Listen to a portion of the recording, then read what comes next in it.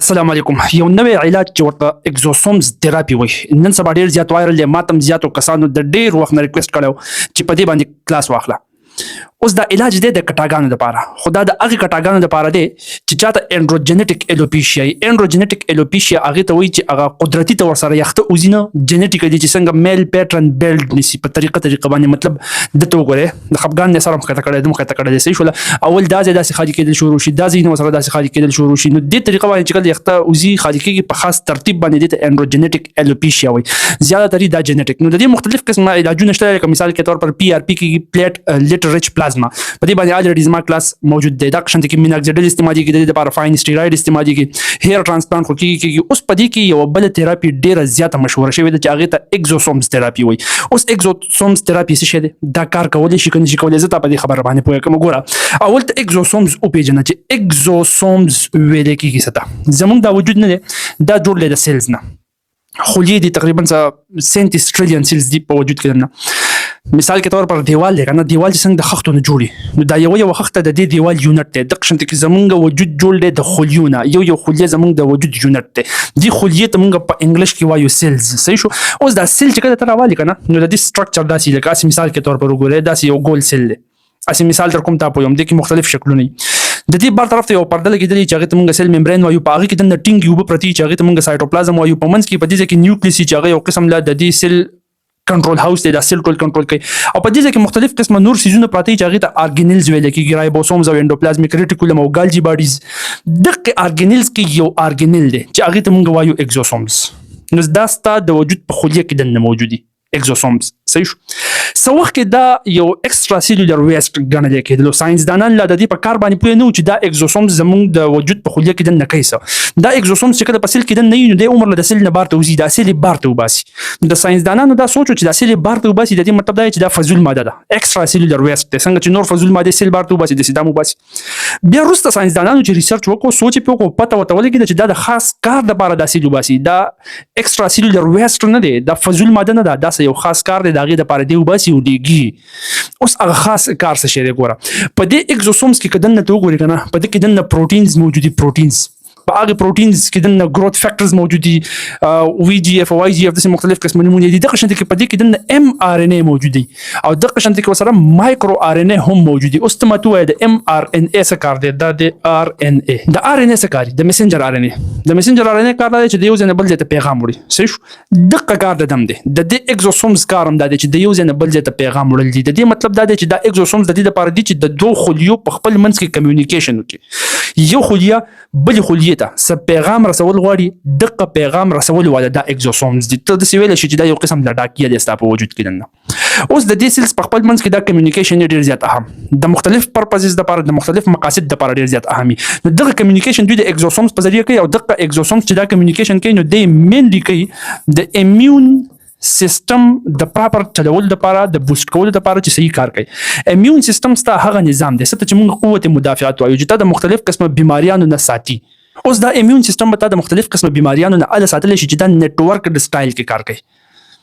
نیټورک سټایل مطلب دا لکه څنګه چې موږ د دې نه مخکې دا ریډار سیستم یې ډسکس کړی که نه، څنګه چې ریډار سیستم یې ایډوانس لیول والا ریډار سیستم یې هغه نیټورک سټایل کې کار کوي. مختلف قسمه لیرز یو بل سره انټیګریټډ وي. ریډار یو د دشمن جاز یا میزایل راوالي، هغلته کې کمانډ او کنټرول سیستم ته وایي، هغلته کې میزایل ته وایي، میزایل پسې ورپاسي، هلته کې بل سیستم یې هغې ګایډ کوي، او داسې نور سیستم سره هغه د یو بل سره یوځای شوي. نو په دې طریقه باندې د دشمن میزایل یا جاز نشي ستا ملک ته راننوتلی. نو دغه شان ستا د وجود هم یو ریډار سیستم دی، امیون سیستم دی، چې یو د دشمن وایرس دی یا یو بکټریا ده یا هر یو پیتوجن دی، خطرناک څه څیز دی چې تا ته بیماري لګي چې دننه پرې نه دي. نو د هغې دپاره لازما دا دی چې دا امیون سیستم نیټورک سټایل کې کار کوي. د یو ځای نه بل ځای ته پیغام رسي، یو بل پوهیي، یو بل آګاه کوي، دغلته ته رډي شه، دلته زه رډي شم، دغلته ما مورچه نیولې ده، دلته ته مورچه ونیسه، ته برج ته وخېږه، ته د ښکته نه رینګ ته هویه کرالینګ سولجر په شانتې کېږه. دا مختلف قسمه طریقې کېږي، نو ستا وجود د بیماریانو نه بچي، صحیح ده. نو د دغه امیون سیستم پراپر چلولو دپاره دا بل ته د بل نه بل ته د بل نه بل ته رواني. نو په هغې کې دی څه کوي؟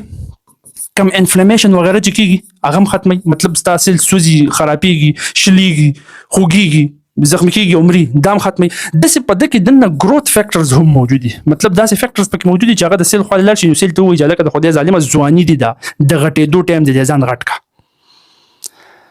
زه تا په مثال پوهېږم. دې خو ګوره مثال کې طور پر یو وایرس دی،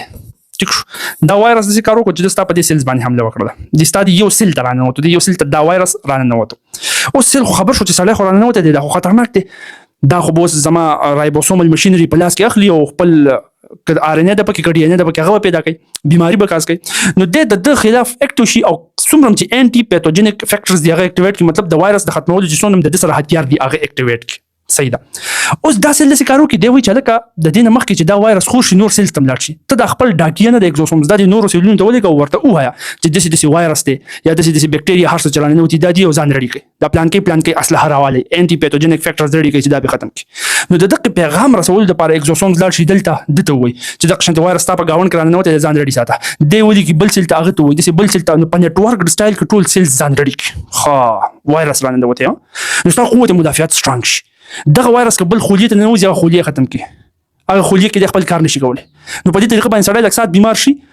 ته به دې ځینې بیماری نه کنه ته بیمار شي بغیر د دوايانو د مکسر ټیک کی دا ست خپل قوت مدافعت ایمون سیستم په مختلفو طریقو کار کوي زما په کمپلیټ لیکچر ریکارډ لته کتلای شي دا ټیک کوي نو دا سیس کې اکزوسومز ته اوس اکزوسومز پیژندلی چې اکزوسومز کار څه دی صحیح ده ها ګروث فیکټر هم پکې دی غټول هم کوي اوس دا اکزوسومز نه دی دا ستا د دا کار چې د سیلز ته وایي چې دا کم زخمیتوب دی پتا کې دنه یا پتا کې سم مرض دی دا بسنګ ختمه ته بغټي کې څنګه گروث فیکټر دی پکې دا پیغامات دی رسول شي د ساينسدان سوچ کو چې د کار وکړه چې دا اکزوسومز راواله په یخته کې دا مسله ده کنه چې دته د ښکاری چې بز تقریبا مالم یو خو بالکل ملشي په حقیقت کې یو د ښکاری شي ځواني دا د ښکاری شي زه خو بس مالم بس زه کار نشم کولای نو دا اکزوسومز پس ورولي کې رايخي کې دا انفلیمیشن ته ختم کی دا گروث فیکټرز پکې وردن کی او اکټیویټی کې ډارمنټ سټیج کې اکټیویټی کې چې اکټیویټ شته خو دې ظالم ځوان ساړې ولې د ځان نه ناراسته جوړ کړی دی ډېر ښه اکټیویټ نو یخته به اکټیویټ شي راغړ بشي دا سوچ ساينسدان وکړو نو دغه د پاره د اوس اکزوسومز راځي او په سکالپ کې دا بر سرمن نه د سکالپ وي دا یخته په کوم سرمن باندې راخي جدي تسکاپ وي په دې سکاپ کې د انجکشن په تور باندې د اکزوسومز وردن کوي څنګه چې پی ار پی کېږي پلیټ لټ ریچ پلازما نو هغه اکزوسومز بیا ستا هیر فولیکل ته ځان راسي او هغه ته کې چل کې هغه باندې د خوازه پوهه کوم دی خو وګوره دا ستا یخته نه ده ستا په وجود کې داسي صحیح شو داسې د سټرکچر دی دا غبره یخته دی دا چې راشي کله سرمن ته ورننه وځي کنه نو د یخ داسي دا د جرړه داسي اوس یاد ساته ستا یخته بره چې دا مړ دی بره سیلز چې دي دا ډیډ سیلز دي ته په خپل سوچو کته چې کله کینی او تا د یخته کټ کوي پارلر سیب د یخته کټ کوي کنه چې هغه یخته کله پکنځي باندې کټ کینو تا ته درد محسوسيږي نه د دې مطلب دا چې ستا یخته مړ په دې ځکه څه سینسز نشته دي څه احساسات نشته دي بس کټ کوي یخته که ژوندې د دې ځای نه صرف ژوندې دي نو په دې ځکه چې د ژوندې نو د یخته له پوش ورکی په بر باندې غټي څنګه چې ستا د اندوکان دي د پښند کې نوکان هم د کیراتین پروتین نه جوړ دي د کیراتین پروتین نه جوړ دي صحیح ده چې اوس که فرض کړه دا هیر فولیکل خراب شو د مریض شو د باندې څه حمله وکړه د شرنګ شو د ته د ښکار شو چې زه بوډایم نور د کار نه نو بس د باقي یخته نه غټي چې نه غټي نو په دغه ځکه به یخته نه راخیږي چې نه راخیږي نو په دغه ته موږ کټا وایو کټا نور څه ته وای مالدار سړی ته کټا نه وای دا خو خبرې دي خوش اوس ګوره دغه بکتلی چې مکمل دازې خالی شي کنه هیر فولیکل چې صرف ډارمنټ سټیج کې چې ډارمنټ سټیج کې د اکزوسومز په تروي رايخ د دې هیر فولیکل سره چل کی چې دته داسې ښکاري چې زه بوډا شم کار نشم کولای د شرنګ شي ګوره مختلف خبرې دي په هغه کتاب یو خبره باندې پوهه کوم ستا په وجود کې اکثر چې کوم د ډای هایدرو ټیسټسټیرون سي د راشي دا ستا د هیر فولیکل نه دي تو ګوره د سره خوا کې مختلف قسم سيزونه به تاسو ښکاري د سيبيشس ګلند غوړواله دي چې په کوم غوړواله ستا په سرمن روزي کنه دا پیدا کوي سيبيشس ګلند د خلو ګلند سویټ ګلند د خله پیدا کوي د قشنت کې دا چې دا مسلز دا مسلز ستا د یخته چې کله سړی چې ویریږي یخته په چراودريږي یخته را باندې ودرېدل یخته را باندې زیګ شو د قدا د مسلز دا کار کوي د قشنت کې اوس د سره ته دی خو ګور نری تارونه نه دا بلډ ویسلز دي دا د اینې رګونه دي دا د اینې رګونه څه چل کوي دا د هیر فولیکل د چونکې دا هیر فولیکل خو ژوندې ده کنه نو د اینې راوړي ستا په وجود کې ته چې کوم خوراک وکي او بیا هغه پسې ساه اخلي اکسیجن لري نو ستا په وجود کې کوم ځینې ژوندې دي هغه ته خو د خوراک او اکسیجن ضرورت دی کنه ته چې خوراک وکي خو صرف معدې ته ځي د باقي ځینو تر رسول دا اصل کې ستا د معدې نه خوراک ستا وړي کولمې ته لاړ شي د هغه ځینې اینې ته وخیږي نو دا اینې بیا په باقي ټولو ځینو کې ګرځي اکسیجن هم دی ګرځي خوراک هم دی ګرځي هر یو سیل ته د خوراک او اکسیجن رسي نو د قشنت کې دا اینې د هیر فولیکل تم خوراک او اکسیجن را رسي نو دا هیر فولیکل په هغه باندې ژوندې اوس کله دا ډای هایدرو ټیسټسټیرون راشي اکثر کنه دا ستا د هیر فولیکل نه ګرځي پر داسې جمع کېدل شروع شي داسې نو دا ستا د هیر فولیکل بند کی خچ اوس بند کی نو په دې کې بیا دته د اینه صحیح طریقې سره نه ورسي اوس چې کله دته اینه نه ورسي دې مطلب دا چې دته خوراک نه ورسي ته خوراک نه ورسي نو خو خامخا باغ ته ښکاری چې بوډا شوی هم دم راکې نشته هغه کې به دم د کم ځای نه راشي ژوندې به د کم ځای نه پاتې شي چې هغه اکسیجن او خوراک نه ملاويږي نو دا شي شرینک چې کله شرینک شي نو په دې کې دا دم نه چې دی راوخیږي بره یخته وخیږي نو بره یخته نه خیږي هغه ځای کټا شي. اوس دې ته مونږ ویلی شو چې دا یو قسم د ډارمنټ سټیج کې دا مونږ واپس اکټیویټ کولی شو. نو د واپس اکټیویټ کولی بیا دا ذریعې چې مختلف قسم طریقې لکه پی آر پی چې څنګه کېږي یا نور طریقې استعمالېږي په هغې کې یو دا اکزوسومز دی. دا اکزوسومز راوالي ښه دا اکزوسومز دوی راځي د کوم ځای نه د دې سورس کوم ځای یا هغوی د سټیم سیلز نه راځي. لکه مثال کې طور پر د هډوکې نه شو په دې کې چې دننه کم نلی د هغې نه راځي یا د ایر ډایپوز ټیشو نه راځي. ایر ډایپوز ټیشو ستا په وجود کې هغه ځایونه دي په کوم ځای کې چې وازګه جمع کېږي لکه لومبۍ خو دا خېټه شو ده تشي شو ولي شو په دې ځایونو کې دا ایر ډایپوز ټیشو دي د دې ځای نه راغستلی شي یا د نوم نه امبلیکل کارډ د نوم نه هم راغستی شي. د دغه ځای نه سیلز نه دا اکزوسومز راوالي او دا اکزوسومز د انجکشنو په ذریعه باندې په دې سکالپ کې وردننه کړي. نو دا اکزوسومز چې کله راشي که نه او ځان راورسوي دې ځای ته د هیر فولیکل ته دلته کې چې کوم سیلز دي نو وګوري چې اوهو هلکه په دې کې خو ډېر غټ انفلمیشن شوی دی دا سړی خو د غټېدو نه پاتې شوی دی غټېږي هم نه. اوس داسې کار وکړه چې انټي انفلمیشن اکټیویټي وکړه دا کوم انفلمیشن چې په دې کې شوی یا د ګډوډ شوی دی یا په دې باندې داسې شیز اټیک کړی یا دته د خپل غټېدلو پته نشته دا سیزونه ول ختم کوو د دفاع وکړه چونکې دی خو د قوت مدافعت په ډپارټمنټ کې پاتې شوی کنه په ډیفنس فیلډ کې دی نو د ډیفنس وکړي. نو په دې طریقه باندې دی اکثر چې کوم د هیر فولیکل ډارمنټ کنه دا اکټیویټ کی چې دا اکټیویټ کی د پراپر اینا ملاویدل شروع شي. نو په دې طریقه باندې دا هیر فولیکل بیا یخته غټول واپس شروع کی نو یخته راوخیږي. په دې طریقه باندې دا خبره مشهوره ده وایرل ده چې اکزوسومز تھراپي چې دی دا ستا هیر گروث واپس سټیمولیټ کولی شي ستا یخته راخېجولی شي. شرط په هغې کې دا دی چې ستا هیر فولیکل ډارمنټ مکمل ختم دی نو بیا یې راخېجولی شي. په اخره کې یو خبره وکړم چې کوم اف ډي اے والي دي د یونایټډ سټیټس کومه اداره ده په ډرګ باندې چې ریسرچ کوي په دې مختلف قسمه دوايانو باندې په علاجونو باندې چې ریسرچ کوي صحیح او په خوراک باندې ریسرچ کوي فود اینډ ډرګ اډمنسټریشن اتھارټي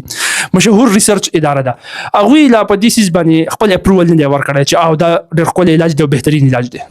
میبي لا انډر ریسرچ خو دا